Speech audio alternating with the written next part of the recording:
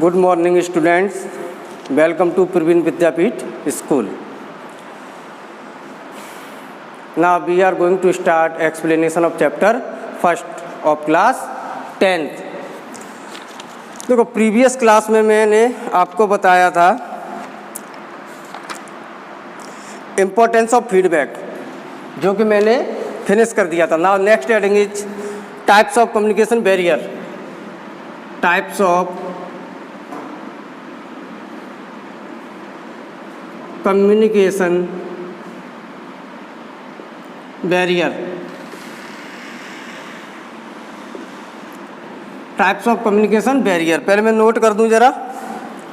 First, language barrier.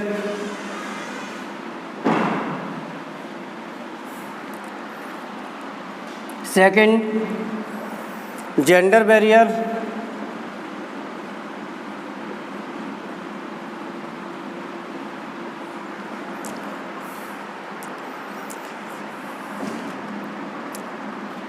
Third,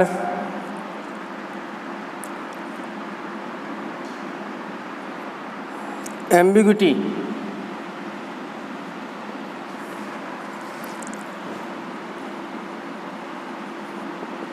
barrier.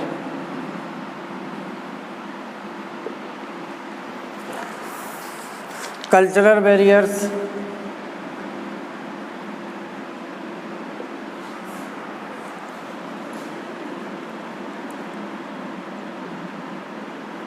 Okay. Next,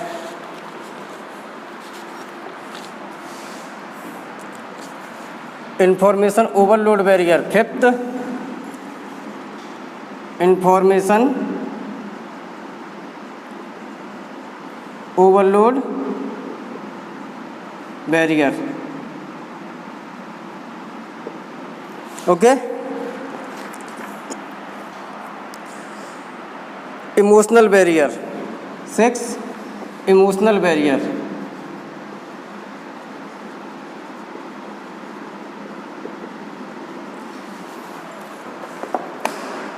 now देखो इस chapter में हम कम्युनिकेशन के बारे में जान रहे हैं. कम्युनिकेशन, व्हाट इज कम्युनिकेशन, है ना. व्हाट इज कम्युनिकेशन मैंने आपको एक्सप्लेन कर ही दिया था. अब ये कह रहा है कि एक अफेक्टिव कम्युनिकेशन में, एक अच्छे कम्युनिकेशन में, एक अच्छे कम्युनिकेशन में क्या क्या बाधाएं आती हैं, क्या क्या रुकावट हो सकती हैं. जैसे हम कन्वर्सेशन कर रहे हैं, एक बेस्ट कम्युनिकेशन क्रिएट करने के लिए हमारे पास क्या क्या अच्छे पॉइंट्स होने चाहिए और क्या क्या उसमें प्रॉब्लम क्रिएट होती हैं. तो उसमें बाधाएं क्या क्या आती हैं, समस्या क्या क्या आती हैं. देखो language barrier. First is language barrier. अगर हमारी लैंग्वेज में अस्पष्टता होगी, है ना. मान लो ए है हमारा सेंडर, बी है रिसीवर, इसकी लैंग्वेज अलग है, इसकी लैंग्वेज अलग है, तो कम्युनिकेशन हमारा बेटर नहीं हो पाएगा. ये बोल रहा है इंग्लिश, ये बोल रहा है हिंदी, या ये तेलुगु बोल रहा है ना, और ये मराठी बोल रहा है, तो हमारा कम्युनिकेशन बेटर नहीं हो पाएगा. कहने का मतलब है एक अच्छे कम्युनिकेशन में क्या क्या चीज़ों की बाधाएं आ सकती हैं, किस किस चीज़ की रुकावट होती है. बैरियर जानते होंगे, जैसे रोड पे बैरियर लगा देते हैं ना रोकने के लिए, तो उसी तरीके से ये बैरियर्स हैं हमारे. तो इसमें क्या होना चाहिए, ए को पता कर लेना चाहिए कि बी की लैंग्वेज क्या है ना. Now next, gender barrier. ये आप समझिए gender barrier male and female से. आपने देखा होगा कभी कभी जब हम लोग आपस में बातचीत करते हैं, कन्वर्सेशन करते हैं, तो मेल और फीमेल होता है. फीमेल मोस्टली, ये आपने देखा होगा कभी कभी, मान लो मोस्टली नहीं, कभी कभी, है ना, भावुकता, इन सब चीज़ों को देखो इसे मैं थोड़ा समझा देता हूँ. कहने का मतलब ये है मेल एंड फीमेल, अगर जेंडर सेम हो तो कम्युनिकेशन ज़्यादा अच्छा हो जाता है. कभी कभी क्या होता है, मेल और फीमेल आपस में बात तो करते हैं, कन्वर्सेशन होता है, लेकिन उस तरीके का कन्वर्सेशन नहीं हो पाता जिस तरीके का हम चाह रहे हैं. कुछ ना कुछ इफेक्ट आ जाता है. जैसे कि मैं आपको बता दूं, जेंडर बैरियर में देखो, जब फीमेल बात करती है ना, तो ये दबाव डालती है पोलाइटनेस, है ना, इजी, है ना. तो इन सब चीज़ों पे ये फोकस करती है. मेल आप अलग तरीके से जानते हो. कुल मिलाकर ये है कि मेल हो तो ज़्यादा अच्छा कम्युनिकेशन होता है, और फीमेल हो तो ज़्यादा कम्युनिकेशन होता है, अच्छा होता है. कभी कभी आपने देखा होगा कि हेजिटेशन क्रिएट होती है, तो वो चीज़ कभी कभी यहाँ पर क्रिएट होने लगती है, तो वो चीज़ नहीं होना चाहिए। Now next, cultural. हमारा कल्चर भी कभी कभी कम्युनिकेशन में बैरियर उत्पन्न मतलब बाधाएं उत्पन्न करता है। कैसे? कल्चर, संस्कृति क्या होती है? संस्कृति, जैसे हमारा धर्म क्या है, पूजा पाठ क्या है, बोलने का तरीका क्या है, हाव भाव क्या है। यहाँ से हम केवल लैंग्वेज अंडरस्टैंडिंग समझेंगे। मीन्स एक अलग कल्चर का व्यक्ति है, एक अलग कल्चर का व्यक्ति है। ओके, ये वही बात है, आप समझ सकते हो। जैसे मान लो ए है हमारा सेंडर, बी है रिसीवर। ए ने कहा यस वेल डन, जो मैंने आपको पहले क्लास में बताया था। बी ने अपना समझा कि यस ये मुझे ठेंगा दिखा रहा है, इसका मीन्स हमारी इंसल्ट हो रही है, नहीं। तो कल्चर, बी का कल्चर क्या है ये पता कर लेना चाहिए, उसके बाद ही हमें कम्युनिकेशन स्टार्ट करना चाहिए। तो इससे हमारा बेस्ट कम्युनिकेशन क्रिएट हो सकता है। ओके, इंफॉर्मेशन ओवरलोड बैरियर, कम से कम शब्दों में अपनी बात को कहना चाहिए। अगर आप ज़्यादा इन्फॉर्मेशन दे रहे हो, अगर ओरली चल रहा है या मान लो रिटन में भी है, कम से कम शब्दों में अपनी बात को कह देना चाहिए। ज़्यादा आप बोलते रहोगे तो वो बेकार होने लगता है, समझ में नहीं आता है, ओवरलोड होने लगता है, तो ये भी एक रुकावट हो जाती है। Now next is emotional barrier. देखो इमोशनल बैरियर में क्या है, भावुक होकर बात नहीं करनी है हमें, कि हमें दया आ रही है, हमें जो टॉपिक पर बातचीत करनी है वो कर ही नहीं पा रहे हो, सामने वाले ने थोड़ा रोक के दिखा दिया है ना, अपनी फीलिंग्स के बारे में थोड़ा बताया तो आप भावुक हो गए, उस टॉपिक पर आपने बात कर ही नहीं पाई जो आप करना चाहते थे, या जो कहना चाहते थे वो आपने कह ही नहीं पाया, तो है ना, तो भावुक होकर बात नहीं करना चाहिए। तो भावुक भी मीन्स इमोशनल होकर कोई भी टॉकिंग नहीं करनी है। Okay, now come to the next point.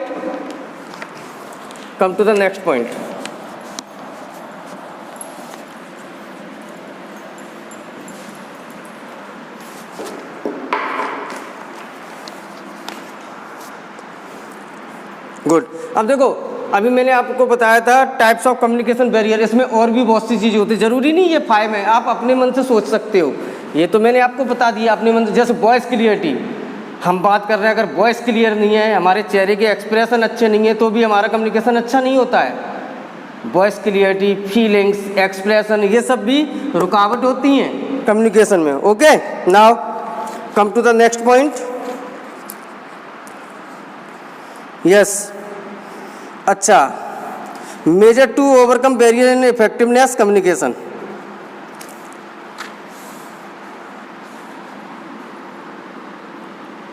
Major to overcome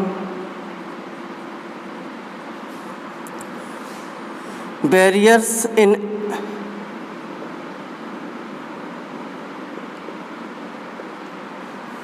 effectiveness communication.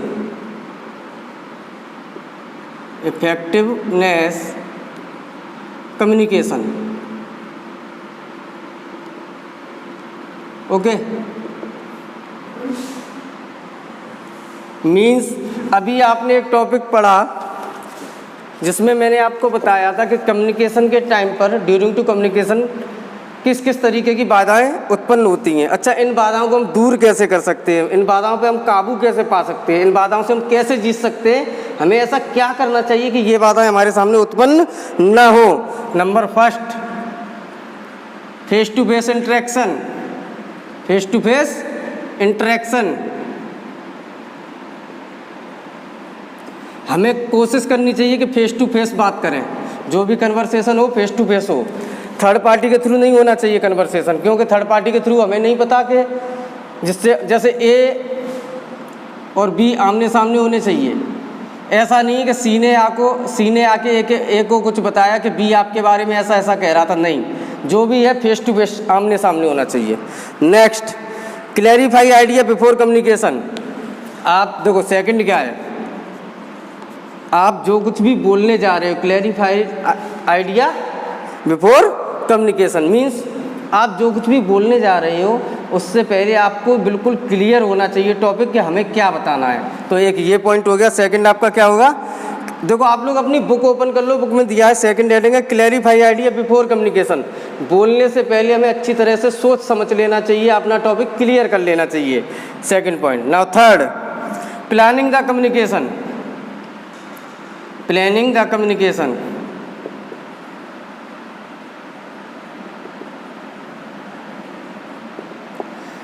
तो हमें जो भी कम्युनिकेशन करना है उसके बारे में प्लानिंग कर लेनी चाहिए। ओके, जैसे हमें बात करनी है एग्ज़ाम की, है ना, किसी से हमें किसकी बात करनी है, एग्ज़ाम की। तो एग्ज़ाम के बारे में डेट शीट जो कुछ भी है, पेपर, सब्जेक्ट, सब एकदम क्लियर होना चाहिए। पहले से ही प्लानिंग कर लेनी चाहिए कि सामने वाले से हमें क्या कन्वर्सेशन करना है। अब ये नहीं है कि टॉपिक है हमारा एग्ज़ाम और आप बात कर रहे हैं स्कूल की, कि स्कूल पर कलर कैसा है, स्कूल में रूम कैसे हैं, है ना, स्कूल में क्या फैसिलिटी है। तो ये यहाँ ये मैटर नहीं करता, मैटर करता है एग्ज़ाम। तो हमें प्लानिंग कर लेनी चाहिए एग्ज़ाम पर हमें दूसरे व्यक्ति से किस तरह का कम्युनिकेशन करना है, और उतना ही रखना चाहिए सफिशिएंट। ओके, नाउ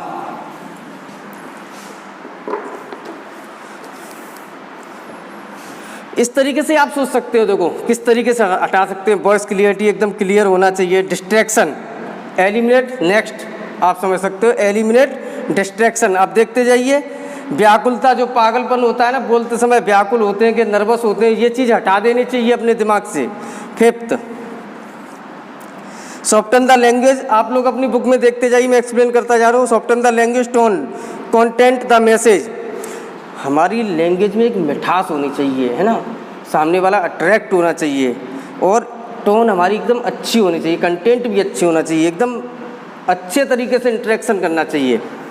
नेक्स्ट आप ले सकते हो, बस इसी तरीके आप खुद सोच सकते हो कि हम जो कम्युनिकेशन कर रहे हैं उन्हें हम किस तरीके से दूर कर सकते हैं। हेजिटेशन अपनी हटाइए, हेजिटेशन हो सकता है, रिमूव हेजिटेशन, अपनी हेजिटेशन हटाइए, है ना। हैव गुड एक्सप्रेशन, अच्छे एक्सप्रेशन रखिए।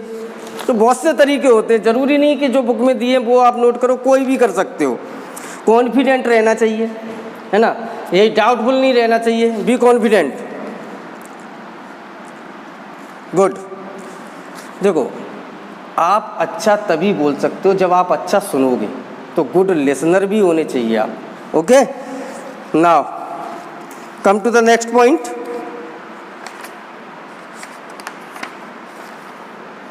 मैं आपको अब आगे बताता हूँ। Yes, 7 CS of effective communication.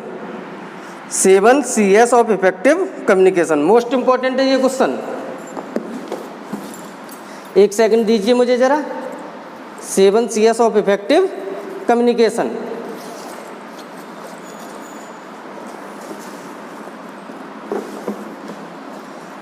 मैं हेडिंग मेंशन कर देता हूँ पहले।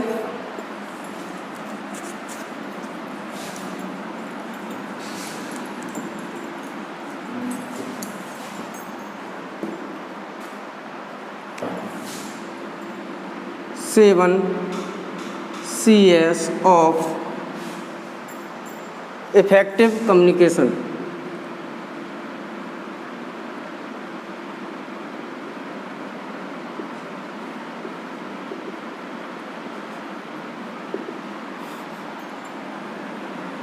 देखो इसमें जो कुछ भी बताया जा रहा है आपको, सब कम्युनिकेशन के बारे में बताया जा रहा है। अब ये क्या है, 7 CS, तो कहने का मतलब है 7 पॉइंट है। इसमें कितने पॉइंट है, 7 पॉइंट ऐसे हैं, 3, 4, 5, 6 and 7।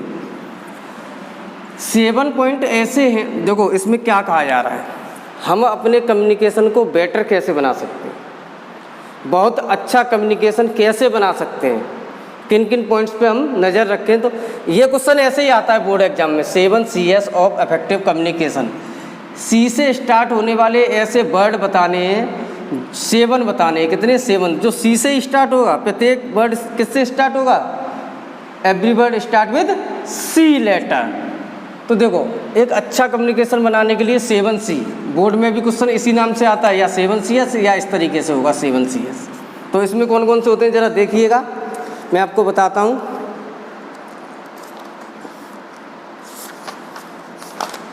Yes, listen to me. देखो first clear, second concise, third concrete, fourth correct, coherent, complete, courteous.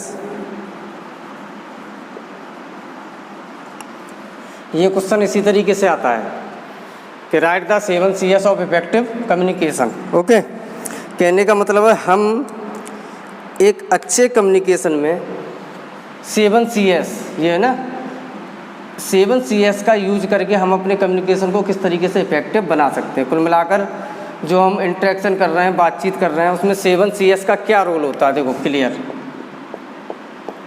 पहले समझिए clear, be clear about what do you want to say. Communication कर रहे हैं, कम्युनिकेशन क्या है? बातचीत, सूचना को आदान प्रदान करना, एक जगह से सूचना दूसरी जगह पर भेजना, फिर वहाँ से फीडबैक मिलना, that is called communication. Clear, बोलने से पहले हमें ये सोच लेना चाहिए कि हमें क्या बोलना है। बोलने से पहले हमें ये सोच लेना चाहिए हमें क्या बोलना है, कितना बोलना है और किस टॉपिक पर बोलना है ना।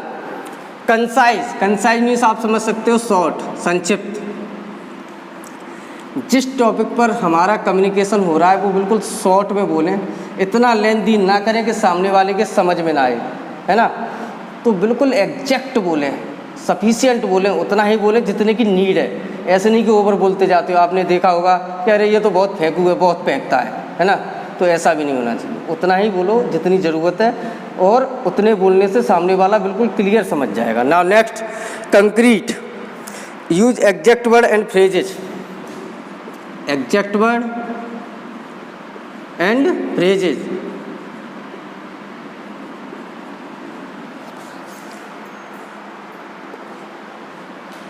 देखिए, हमें एग्जैक्ट वर्ड का यूज करना चाहिए, बिल्कुल जो वर्ड जहाँ पर प्रयोग हो रहा है वहाँ पर वही प्रयोग करना चाहिए, और फ्रेजेस का भी यूज करना चाहिए। Now next, correct. करेक्ट में क्या है? Spelling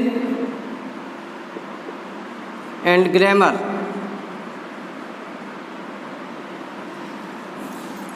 spelling and grammar should be correct. जो भी आप कम्युनिकेशन कर रहे हो, मीन्स अगर रिटन कम्युनिकेशन है तो देखो उसमें स्पेलिंग का यूज, स्पेलिंग मिस्टेक है ना, स्पेलिंग बिल्कुल करेक्ट होनी चाहिए, ग्रामर का यूज भी बिल्कुल करेक्ट होना चाहिए जो आपने, अगर आपका रिटन कम्युनिकेशन है तो। अगर आप ओरल कर रहे हो तो आप जो बोल रहे हो, आपकी बोलने की फ्लुएंसी, शब्द बोलने का तरीका, ये सही होना चाहिए। कोहेरेंट, स्पष्ट। कोहेरेंट क्या होता है? स्पष्ट, बिल्कुल।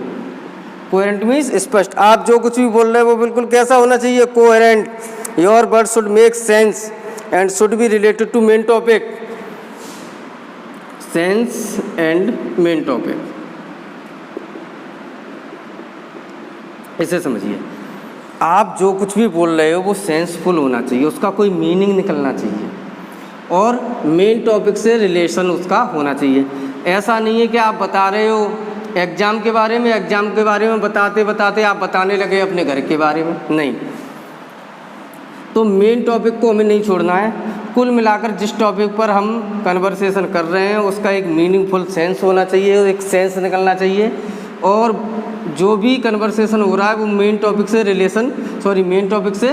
रिलेटेड होना चाहिए। ऐसा नहीं है कि मेन टॉपिक से रिलेटेड है ही नहीं है, आप भटक गए, पता नहीं कहाँ कहाँ की बातें बोल रहे हो, तो ऐसा नहीं है। कंप्लीट, आप जो भी इंफॉर्मेशन दे रहे हो, है ना, वो कंप्लीट इन्फॉर्मेशन होनी चाहिए, अधूरी नहीं होनी चाहिए।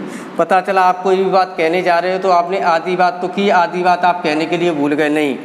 कंप्लीट मैसेज डिलीवर करोगे तभी आपको सामने से पॉजिटिव फीडबैक मिलेगा, otherwise you receive negative feedback, otherwise you will receive negative feedback. Now courteous, courteous क्या होता है? Respectful, honesty, friendly.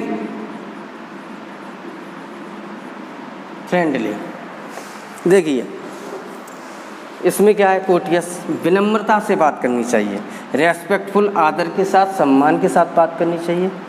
ऐसे नहीं कि सामने से आप कम्युनिकेशन, देखो बॉडी लैंग्वेज, हैंड तरीका, चलाने का तरीका, फेस एक्सप्रेशन, हर चीज़ कम्युनिकेशन में मैटर करती है। अब आप सामने वाले से बात कर रहे हैं तो पता चल रहा है कि आप रेस्पेक्टफुली, अच्छे से, विनम्रता से, है ना, बात करनी चाहिए। ये नहीं है कि ऐसे खड़े हो गए कि हाँ बताओ, ऐसे नहीं, दैट इज़ रॉन्ग। विनम्रता से बहुत अच्छे से बात करनी चाहिए, ईमानदारी आपकी टॉकिंग में नज़र आनी चाहिए ना। उसके साथ फ्रेंडली बिहेव करो, फ्रेंडली बिहेव करोगे तो वो भी आपके साथ फ्रेंडली बिहेव करेगा। तो that is called the 7 Cs of effective communication. Okay, now next मैं आपको बताऊंगा राइटिंग स्किल्स। नेक्स्ट मैं आपको क्या बताऊंगा? Writing skills. ओके, नेक्स्ट इसके बाद मैं आपको नेक्स्ट हेडिंग लूँगा राइटिंग स्किल्स। वीडियो लेंदी हो रही होगी मेरी, इसके बाद मेरा नेक्स्ट टॉपिक होगा writing skills. Writing skills. Okay, ये टॉपिक मैं नेक्स्ट वीडियो में बताऊंगा। आज के लिए इतना ही, इतना आप देखे रहिए, समझे रहिए। कोई प्रॉब्लम हो तो मुझसे पूछिए, वैसे कोई डाउट नहीं रहेगा। अगर कोई डाउट होता है तो एक बार वीडियो को फिर से प्ले करके देख लेना, मेरे ख्याल से कोई डाउट नहीं बचेगा। मैं एक एक टॉपिक बहुत अच्छे से एक्सप्लेन करा रहा हूँ जो बोर्ड के लिए इम्पोर्टेंट है। भले मैं तो पूरी बुक से एक्सप्लेन करा रहा हूँ, कोई टॉपिक मैं मिसिंग नहीं कर रहा हूँ, है ना। आप देखे रहिए, जो भी प्रॉब्लम हो हमें बताइएगा। मैंने क्वेश्चन आंसर नोट कराई दिए इस चैप्टर के, आपको बुक मैटर रह गया है। जैसे ये चैप्टर कम्प्लीटली एक्सप्लेन कर दूंगा, मैं आपको बुक मैटर के नोट्स सेंड कर दूंगा। आज के लिए इतना ही। Thank you very